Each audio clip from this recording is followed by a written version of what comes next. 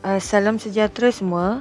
Okey, pada kali ini saya nak terangkan bagaimana cara untuk kita upload kertas soalan exam yang kita dah siap untuk dijawab oleh pelajar ke dalam Google Classroom. First sekali kita perlu login dulu menggunakan email MOE kita. Okey. Okey, lepas tu kita pergi dekat bahagian aktiviti.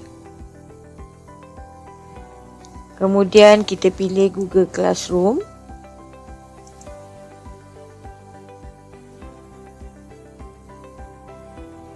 Kita pilih kelas yang kita nak hantar soalan.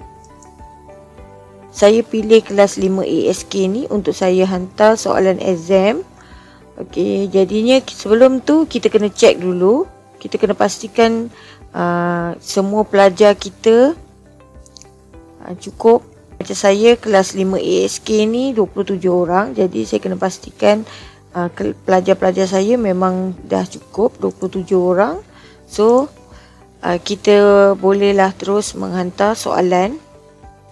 Untuk kita menghantar soalan, kita perlu pergi dekat bahagian classwork.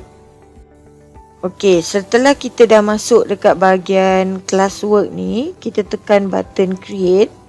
Kita pilih quiz assignment. Okay, kenapa kita pilih quiz assignment? Sebab kita boleh hantar kertas soalan untuk pelajar lihat dan kemudian dijawab. Okay, sebelum tu kita kena tulis dulu tajuk peperiksaan yang kita nak buat.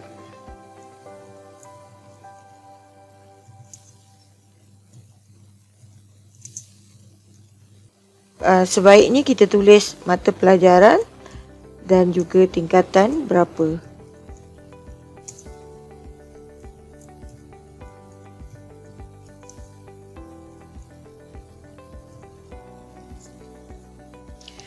Okey, untuk instruction ni, arahan bagi soalan peperiksaan ni akan disediakan oleh pihak BOP. Jadi cikgu-cikgu tak perlu risau. Cuma nanti tinggal edit saja mengikut kesesuaian. Jadi untuk tingkatan menengah rendah, masa untuk menjawab adalah 1 jam sahaja. Dan kemudian pelajar perlu menghantar jawapan dalam masa 15 minit sebaik saja selesai menjawab soalan. Dan lagi satu, kita perlu pastikan pelajar tu nanti masa menjawab exam perlu tekan button turn in sebaik saja dia menghantar jawapan yang telah ditukarkan ke dalam format PDF. Jadi kita salin soalan ni, kita copy dan kemudian kita masukkan ke dalam bahagian arahan ni. Okey. Okey, sebaik saja kita dah selesai copy arahan ni, kita pilih button upload file ni. Button kedua. Okey, kita klik button browse. Kemudian kita pilih soalan yang kita nak uploadkan tu.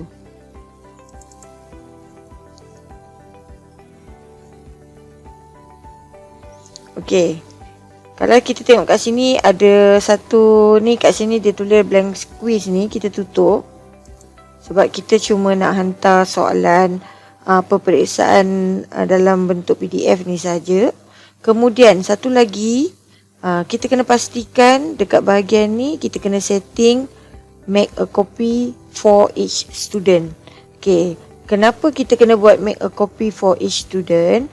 Supaya setiap satu keping soalan ni akan diberi nama bagi pelajar tu. Maknanya satu soalan PDF akan siap-siap dah ada nama bagi setiap pelajar. Sebaik saja selesai bahagian ini, bahagian sebelah kiri ni, okay, kita buat pula bahagian sebelah kanan ni, yang dekat tepi ni. Kita kena pastikan kelas yang kita nak hantar tu adalah kelas yang betul. Kemudian kita kena pastikan semua student dapat soalan kita. Okay. Markah ni pula kita yang tetapkan. Okey, kalau macam saya memang nak tetapkan 100 markah. Okey, untuk due ni, tarikhnya ni dan masa ni kita kena tetapkan. Contohnya, exam tu kita start pukul 9. Okey, 9 pagi. Jadi masa 1 jam setengah. Kalau kita tambahkan, kita akan dapat pukul 10.30 jangkaan tamat menjawab. Dan kemudian 15 minit adalah tempoh untuk hantar. Jadi saya akan setkan 15 minit ke depan. So saya akan setkan, kalau tarikh ni contoh saya nak buat pada hari Rabu minggu depan. Okey, September 2021. Kemudian masa menghantar jawapan tu betul-betul sharp dengan jangkaan masa hantar tu. Contohnya kalau kita start pukul 9 pagi, so 1 jam setengah menjawab, pukul 10.30 selesai, kemudian 15 minit untuk jangkaan masa yang betul-betul accurate. Kalau kita tengok kat sini, pukul 10.30 campur dengan 15 minit dia hantar, jadi 10.45. Tapi kat sini saya lewatkan sedikit. Yang ini nanti untuk lebih jelas, cikgu-cikgu boleh tanya pihak peperiksaan macam mana cikgu nak setkan masa untuk benarkan pelajar menghantar jawapan tu. Okey, jadi yang ini saya cuma buat andaian saja masa untuk pelajar tu hantar. Okey, sebaik saja selesai. Okey, untuk topik pula, okey, kita boleh buat tajuk peperiksaan dalam talian ke. Bahagian rubrik ni kita tak perlu sentuh apa-apa. Okey, kemudian kita pergi dekat bahagian atas. Okey, yang ini penting. Jadi bila kita dah setkan masa ni, tarikh due date tu dan masa dia, pukul berapa last dia boleh hantar jawapan tu, kemudian kita perlu tekan bahagian ni. Kita tak boleh, kita jangan tekan bahagian, kita jangan tekan button assign. Kalau kita tekan button assign, bermakna kita nak hantar sekarang. Okay? Tapi sekarang ni kita bukan nak hantar sekarang, kita nak hantar ikut timing masa yang kita nak tetapkan tu, iaitu pada tarikh berikut. Jadi kita pilih schedule. Okay, bila pilih schedule, okay, jadi dia kata schedule assignment, tarikh dia adalah kita letak hari 8 tu. Okey, kalau dia nanti kalau dia tulis dekat bahagian bawah ni, dia kata tak boleh assign pada tarikh yang sama. Jangan risau apa yang kita perlu buat adalah kita kena pastikan masa yang kita hantar tu adalah kurang daripada masa untuk due. Jadi jangan masa yang kita hantar assignment ni adalah lebih daripada dengan masa due. Okay, mesti kurang daripada dengan masa tarikh due. Jadi dia boleh terima. Tapi kalau kita buat lebih, barulah dia tak terima. Jadi masa soalan tu perlulah bermula lebih awal daripada masa yang pelajar tu perlu hantar. Okey. Lepas tu kita klik button schedule.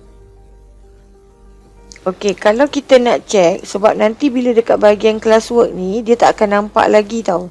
Sebab soalan tu belum berlangsung ataupun belum sampai masanya. Jadi kat mana kita nak check, kita pergi dekat all topic ni. Okey, kita cari dekat sini. So, ini yang kita baru lepas setkan tadi. Okey, kertas soalan ni di sini. Ini adalah arahan-arahan yang pelajar akan nampak nanti. Okay, kita boleh tengok soalannya.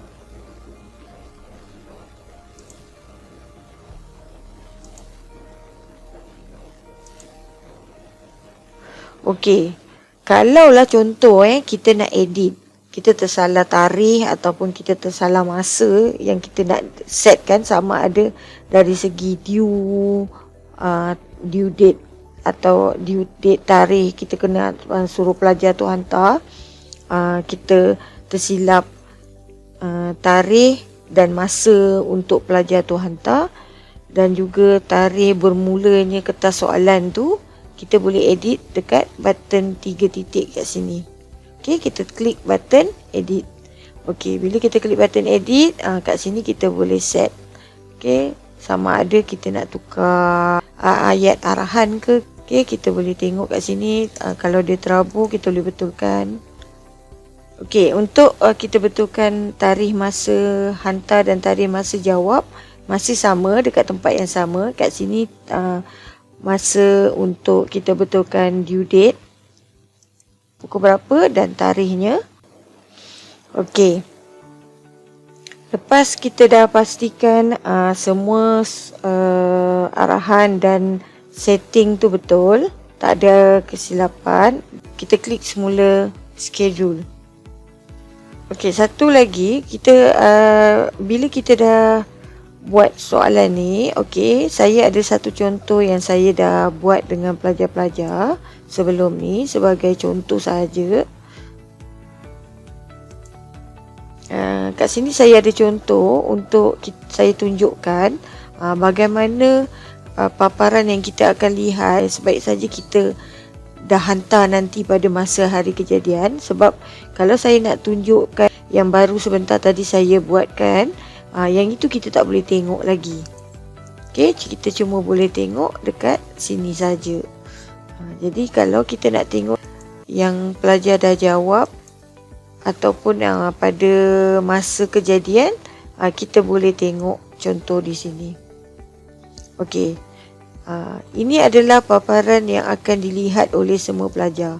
Macam yang saya cakap tadi, pelajar tu akan diberi kertas soalan yang ada nama dia, yang akan dinamakan dengan nama dia. Okey. Ini adalah cuma contoh saja. Sebenarnya saya tak minta pun pelajar tu jawab soalan. Saya dah beritahukan. Saya dah beritahu pada pelajar-pelajar. Apa yang kita lihat sekarang ni adalah contoh saja yang mana bagi tujuan untuk saya buat video ni. Dan saya dah maklumkan pada pelajar-pelajar untuk tak jawablah soalan ni, sebab nanti saya akan delete kembali. Sebaik saja saya selesai buat video ni. Okey. Ini satu, saya ada minta seorang pelajar saja untuk hantar contoh jawapan. Jadi kita nak tengok macam mana bentuk yang pelajar tu terima dan lihat, dan juga jawapan yang pelajar tu hantar sebaik saja selesai menjawab.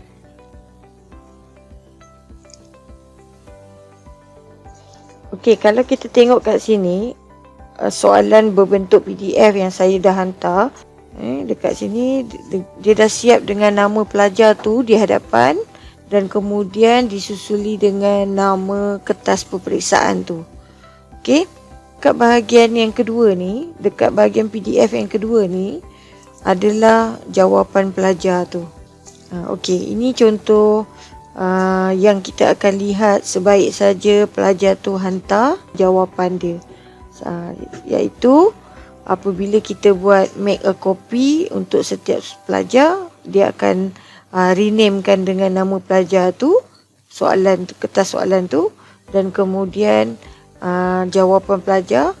Dan kita kena ingatkan pelajar kita setiap kali dia hantar jawapan mestilah dengan nama dia.